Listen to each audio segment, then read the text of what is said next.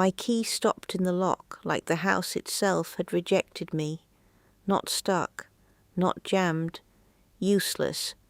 Before we continue, please hit the like button, subscribe to the channel, and turn on the notification bell for updates.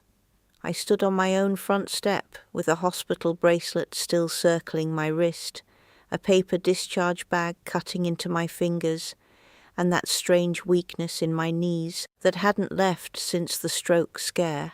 27 days gone, 27 days of fluorescent lights, bad coffee, whispered test results, and nurses telling me to rest.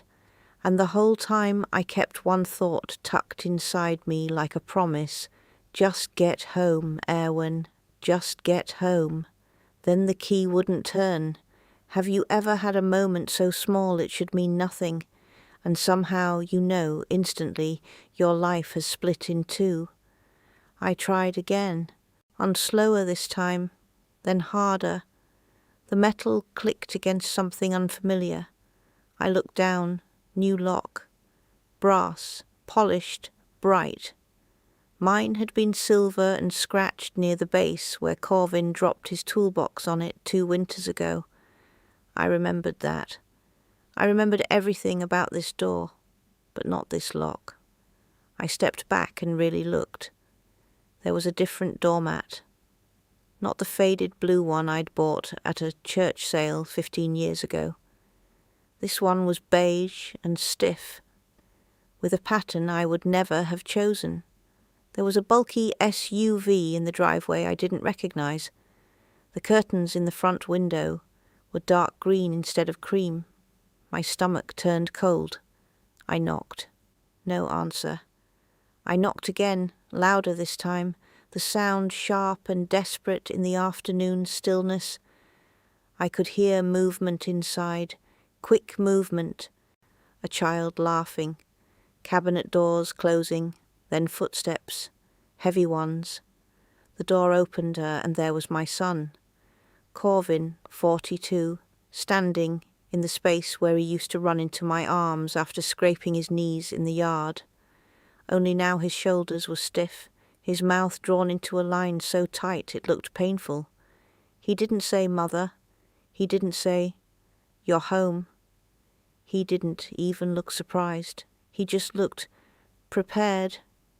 And then he said it. "You don't live here anymore." The words hit harder than the illness ever had.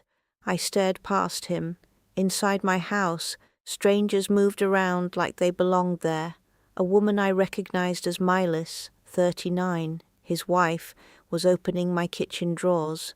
2 children I had never seen were sprawled across my sofa.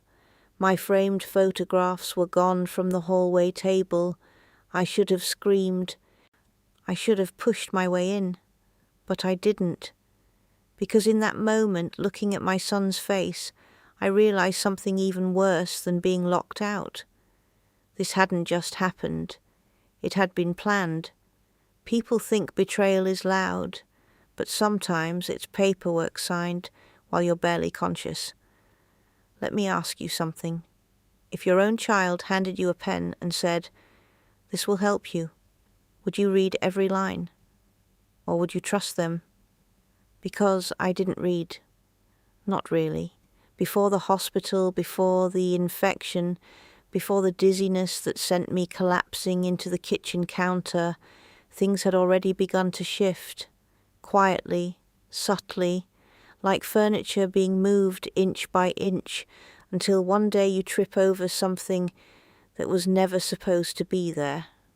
Corvin had been different, not cruel, not outright, just distant in a way that felt practiced, conversations shorter, eye contact thinner, always busy, always handling things. And then there was Milas, always present, always watching. She had a way of smiling without warmth, like she was measuring a room she intended to take over. They started talking about planning ahead. "Just in case," Corvin would say. "Paperwork matters at your age. Malis added once, too quickly. I remember sitting at the table, a stack of documents pushed toward me. Insurance forms, they said. Hospital preparation, emergency contacts. My name was highlighted in neat yellow strips, little arrows pointing where to sign. You don't need to worry about the details, Corvin told me almost impatiently. I'll take care of everything. And I believed him. Because that's what you do when you've raised someone from nothing. You don't expect the knife, you expect the hand. In the hospital, things blurred together, days folded into nights, machines beeped, voices echoed. I remember Corvin visiting early on, standing near the bed, checking his phone more than my face, then less often, then barely at all. Malis never came, not once. At the time I told myself it didn't matter. People have lives, responsibilities. Excuses are easy to build when you need them. But standing outside that locked door, days later, everything replayed differently. The forms, the urgency, the way he avoided specifics. That motel room I stayed in that night smelled like stale detergent and something sour beneath it. I sat on the edge of the bed, staring at my hands, turning memories over like broken glass, and something wasn't right. So the next morning I made a call, just a simple verification, just to quiet the unease clawing at my chest. County Records Office, the woman answered. I gave my name, my address. My voice didn't shake until the silence stretched too long on the other end. Then she said it, slow, careful, like she already knew what it would do to me. Mom, according to our records, the property was transferred 18 days ago. My grip tightened around the phone. Transferred, I whispered. To who? I didn't lose my house when I came home. I lost it while I was lying in a hospital bed. The clerk didn't answer right away. Papers shuffled on her end. A keyboard tapped. That hollow, bureaucratic rhythm that somehow makes everything feel more final. Then she said the name. Draven Solker. Age 45. I listed as the current owner. Not Corvin, not even shared ownership. A stranger, well, not entirely a stranger. Maelissa's brother. Let that sink in for a second. My house, 30 years of mortgage payments, repairs, birthdays, grief, everything, signed over to a man who had no place in its walls, no memories in its floors, no history in its bones. I thanked the clerk. I don't even remember how I hung up. But I do remember the silence after. It was loud, the kind that presses against your ears until your thoughts start shouting just to be heard.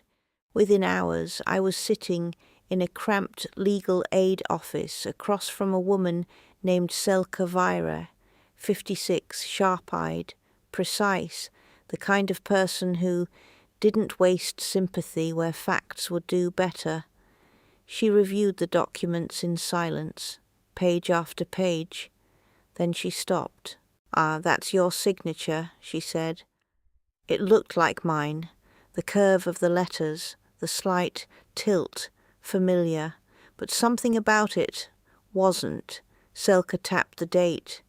"You were hospitalized at this time?" "Yes." "Heavily medicated?" "Yes." She leaned back slightly, studying me now instead of the paper. "Then either you signed this under conditions that raise serious legal concerns, or someone made sure it looks like you did." A chill slid down my spine. "Is it enough?" I asked. "To take it back?" She didn't answer immediately. "That depends on what we can prove." Proof, that word again, always proof, as if a lifetime of living somewhere isn't proof enough. By evening, I found myself back near the house. I don't know why I went. Maybe to see it one more time as mine. Maybe to punish myself. The driveway was full. Your cars lined the street. Lights blazed in every room. Laughter spilled out through the walls like I had never existed there at all. I stood across the street, half hidden in shadow, watching, counting strangers in my own windows, and then flashing lights, blue and red. 2 police cars pulled up fast, cutting through the noise like a blade. Doors opened. Officers stepped out, focused, purposeful, not casual, not routine. They walked straight to the front door. I froze, because I hadn't called them, and as their fists slammed against the wood that used to be mine, I realized something had gone very, very wrong inside. When the police knocked the first time, I was the one being shut out, but this time, someone inside was about to be dragged out. The pounding on the door wasn't polite. It was sharp, commanding, final. Even from across the street, I could feel it in my chest. Inside, everything shifted. The laughter died instantly. Footsteps, fast, uneven, moved in different directions. A chair scraped hard against the floor. Someone cursed. A child started crying. Chaos. Then the door opened. Corvin stood there again, but this time he didn't look prepared. He looked terrified. 2 officers spoke immediately, voices firm, controlled. I couldn't hear every word, but I caught enough. Police, step aside. We need to come in. And just like that, they crossed the threshold. My threshold. I moved closer without thinking, drawn in by something heavier than curiosity, something that felt like gravity pulling me toward the truth. More voices spilled out now, sharper, overlapping. Who is Draven Solker? Ma'am, we need you to stay where you are. This is regarding an ongoing investigation. Investigation. The word landed hard. I edged closer, just enough to see through the partially open door. Draven, 45, stepped forward, his earlier confidence gone, replaced by irritation that tried and failed to mask fear. "What is this about?" he snapped. One of the officers didn't hesitate. Forgery, fraud, property transfer under questionable conditions. Silence. Not complete silence, breathing, shifting, but the kind where everything stops pretending. My eyes found Malis, 39. She was standing near the kitchen, arms crossed tightly, her posture rigid. For the first time since I'd known her, she didn't look in control. "That's ridiculous," she said too quickly. "Everything was signed legally." Another officer stepped forward, holding a folder.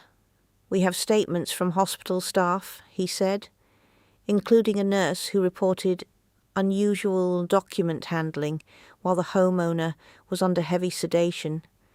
My stomach turned, so someone had seen. Corvin shook his head, backing up slightly. I didn't know anything about that," he stammered. "Malis handled the paperwork. I just signed where she told me." There it was, the fracture, the moment everything started breaking apart. Malis turned toward him sharply, her voice low, dangerous. "Don't start that." But it was too late. The officers were already moving. "Malis Solker, Draven Solker, you'll need to come with us." The words hung in the air like a verdict, and then one of the officers looked directly at Corvin. Sir, we also need to ask you a few questions regarding your involvement." Corvin's face drained completely, and standing there, just outside the home that used to be mine, one thought settled in with terrifying clarity. I still didn't know. Was my son a victim of this, or had he chosen to be part of it? The truth didn't come all at once. It came in pieces, documents, footage, testimony, and none of it could be taken back. The investigation moved faster than I expected. Within days, everything that had felt uncertain began locking into place with cold, mechanical precision. Selkavaya handled the legal side, but the real weight came from the evidence itself. Hospital footage showed Melis entering my room during restricted hours, twice, always with papers, always staying just long enough. A nurse, Lethra, 31. I testified that she had questioned it at the time. She remembered me, barely conscious, eyes unfocused, a pen guided into my hand.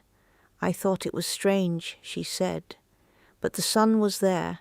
He said it was necessary. That was Corvin. He had been there. The signature, mine but not mine, was confirmed to be written under impaired conditions, legally invalid. The notary, already under investigation for similar cases, paid, complicit, and Draven. He hadn't just accepted the property, he had coordinated the transfer, pushed it through quickly, moved his family in before I was even discharged. It wasn't impulsive, it was planned. As for Corvin 42, the truth settled somewhere colder. He hadn't created the plan. That much was clear. But he had stood beside it, signed where he was told, asked no questions he didn't want answers to, and let it happen because it was easier than stopping it. When I finally saw him again, it wasn't at the house. It was in a quiet legal office. He looked smaller somehow. I didn't think it was like this, he said, voice breaking. I thought we were just reorganizing things, making space. I didn't know You didn't ask, I said. That was the end of it. Legally, everything unraveled quickly after that. The property transfer was voided. The house returned to my name. Milas and Draven were formally charged. Fraud, conspiracy, exploitation of a vulnerable adult. The notary was arrested as part of a wider case. Corvin avoided prison. Cooperation, they said. That word again, but it didn't restore anything. Weeks later, I walked back into my house, empty, stripped of their noise, their presence, their claim. Even the air felt different. I moved slowly from room to room, letting the silence settle properly this time. No strangers, no voices that didn't belong. At the front door I paused. New lock, my lock. I turned the key, heard it click. A small sound, but final. I stepped inside, closed the door behind me, and for the first time since all of this began, everything that remained was mine.